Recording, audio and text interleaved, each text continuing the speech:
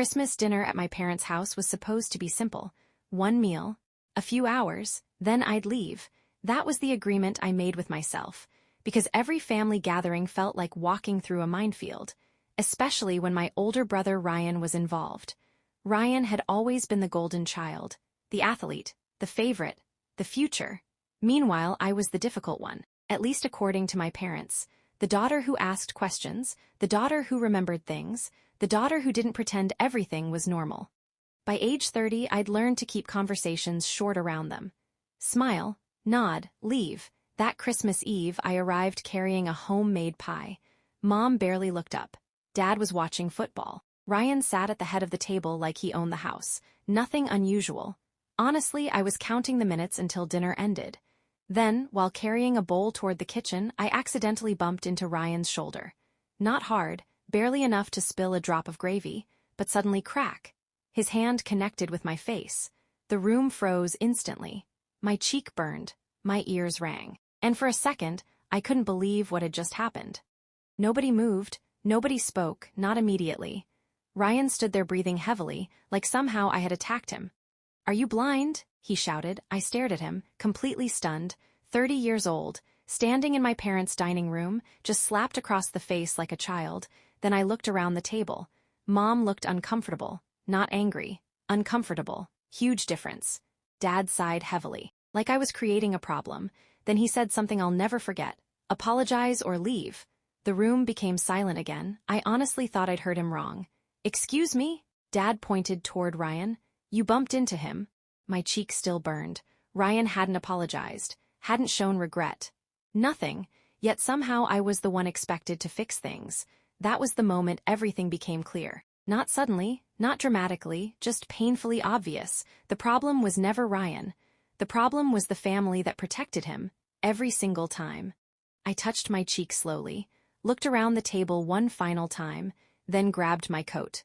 Nobody stopped me. Nobody followed, nobody cared, so I walked out. And this time I wasn't coming back. I drove home in silence. No music, no phone calls, nothing, just the sound of tires against wet pavement. Halfway home, my phone buzzed, a text from Mom. "Don't ruin Christmas over this." Interesting, because apparently getting slapped wasn't ruining Christmas. Reacting to it was. I laughed, not because it was funny, because it was absurd. When I got home, I stood in front of the bathroom mirror. A red handprint stretched across my cheek, clear as day, physical proof, something undeniable. And suddenly I remembered something. 3 years earlier, Ryan borrowed money from my parents, a lot of money.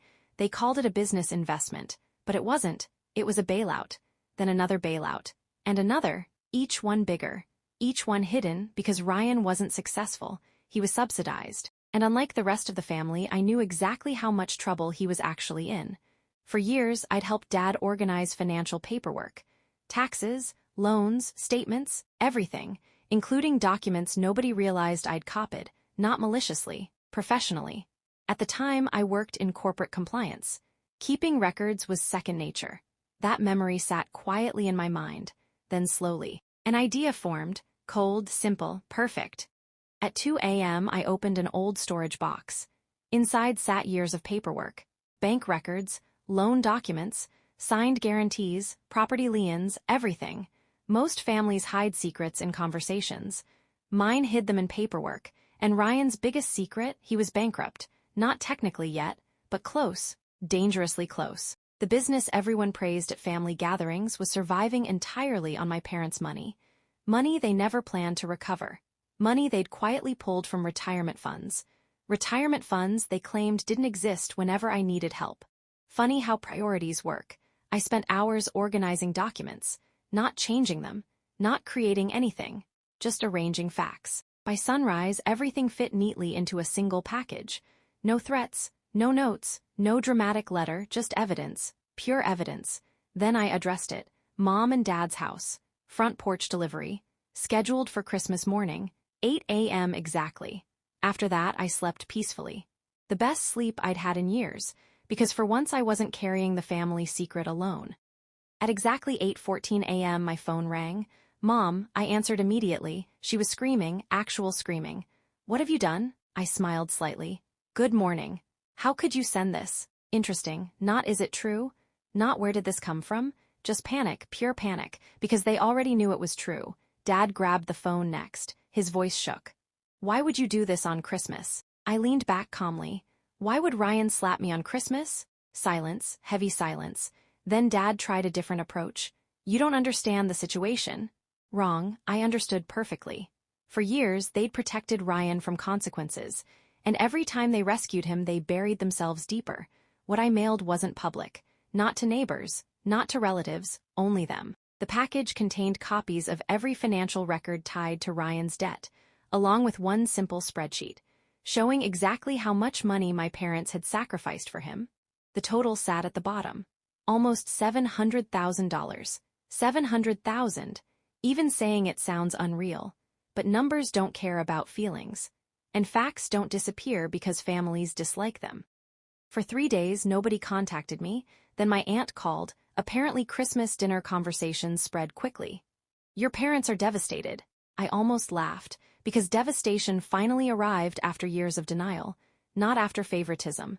Not after enabling. Not after the slap. After paperwork. Amazing. Then she told me something interesting. Ryan had vanished. Phone disconnected. Apartment empty. Business office closed. Gone. The second accountability appeared, so did he. Honestly, that surprised nobody.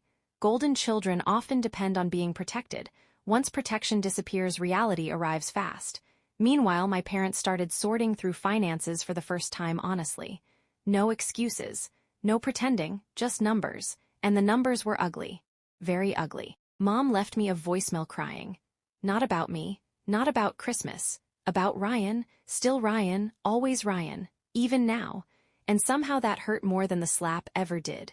Because even after everything, I still wasn't the child they worried about. A month later, Dad appeared at my apartment unexpectedly. Older, tired, smaller, stress had aged him dramatically. We sat in silence for a while, then he finally spoke. You were right. 3 words, rare words. Dad wasn't famous for admitting mistakes. About what? I asked. He looked away. Everything. That answer surprised me. Then he handed me something. A folder. Inside sat dozens of financial records. The real records, not edited versions, not family stories. Facts. Apparently Ryan's debt exceeded $1 million, over $1 million, and my parents guaranteed most of it. I flipped through page after page. Dad watched quietly. Then he whispered something heartbreaking. I thought helping him was love. I looked at him carefully. No, I answered softly. It was fear. Fear of disappointing him, fear of losing him, fear of admitting he'd failed. Dad nodded slowly, because deep down he already knew. The slap wasn't the family problem. Ryan was. The slap simply exposed it. 2 months later, Ryan finally resurfaced. Not to apologize. Of course not. He wanted money, again. Apparently creditors found him. Shocking. He called me directly. First time in years. You ruined everything. I almost smiled. Because accountability always feels like sabotage to people avoiding responsibility. No, I replied calmly. You did. Ryan immediately exploded. Shouting, blaming, threatening, same old Ryan. Then he said something fascinating. Mom and Dad chose me because I needed them. There it was, the truth, raw and ugly. He knew exactly what he was doing all along. He wasn't confused. He wasn't struggling. He was exploiting loyalty. And honestly, that realization freed me. Because for years I'd wondered whether he understood. Turns out he understood perfectly. Then I hung up. Mid-sentence. Best decision of the conversation. Some people don't deserve closure, just boundaries. 6 months after Christmas, my parents sold their house. The house where every holiday happened, every birthday, every argument. Gone. The debt forced their hand. Mom called me while packing. For once she didn't talk about Ryan first. She talked about me, strange experience. I should have protected you. I sat quietly, because I'd imagined hearing those words for years. Yet somehow, they didn't fix anything. Healing isn't magic, it's math. Years of damage require years of repair. Still, the apology mattered, more than she probably realized. Then she started crying. I saw the photo afterward. What photo?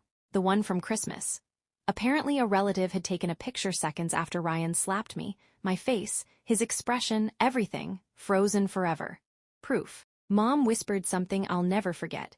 I finally saw what everyone else saw, and honestly that was enough. Not forgiveness, just enough. Every Christmas since then feels different. Quieter. Healthier, no walking on eggshells, no pretending, no golden child, just peace. Sometimes people ask if I regret sending that package. The answer is simple. No, because the package didn't destroy my family. The truth did. I simply delivered it. Families survive mistakes all the time. What destroys them is protecting those mistakes indefinitely. Ryan spent years believing consequences were optional. My parents spent years believing love meant rescue. And I spent years believing silence would keep the peace. We were all wrong. The difference? I learned first. Looking back, the slap wasn't the most painful moment. Not even close. The painful moment was realizing nobody planned to defend me. Not my mother, not my father, nobody. So I defended myself. And on Christmas morning, I left a package at their door. Inside was nothing but truth. Turns out that was the one thing they feared most.